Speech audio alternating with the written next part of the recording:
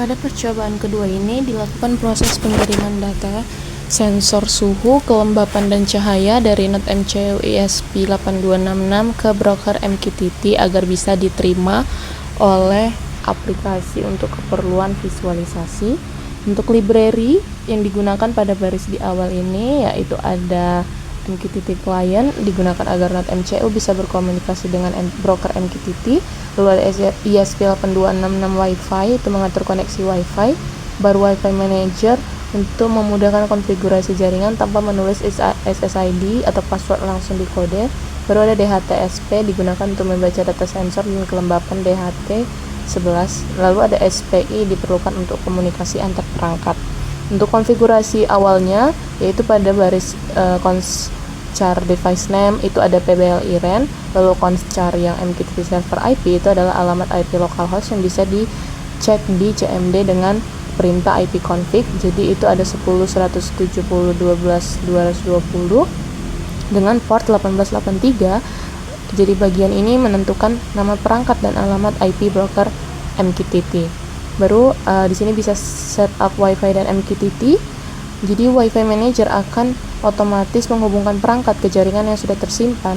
Jika belum pernah dikonfigurasi, NOT MCU akan membuat access point dengan nama PBLI RAN untuk dihubungkan manual melalui browser. Jadi setelah terhubung, NOT MCU melakukan koneksi ke broker MQTT pada alamat IP yang telah ditentukan, lalu akan melakukan pembacaan sensor. Jadi pada baris DHT sensor setup D1 ini itu dipasangkan pada pin D1 dengan sensor cahaya pada A0. Jadi setiap 5 detik pada fungsi update interval, NOT MCU membaca nilai cahaya, kelembapan udara, suhu dalam Celcius. Lalu pengiriman data ke broker MQTT pada fungsi yang ini, all data artinya mengirim gabungan semua data dalam satu pesan. Baru ada building light, itu untuk hanya data cahaya, temperatur untuk suhu, humidity untuk kelembapan. Jadi pada fungsi in-to-char array mengubah nilai integer menjadi format teks agar dapat dikirim melalui MQTT. Lalu ada indikator ILD.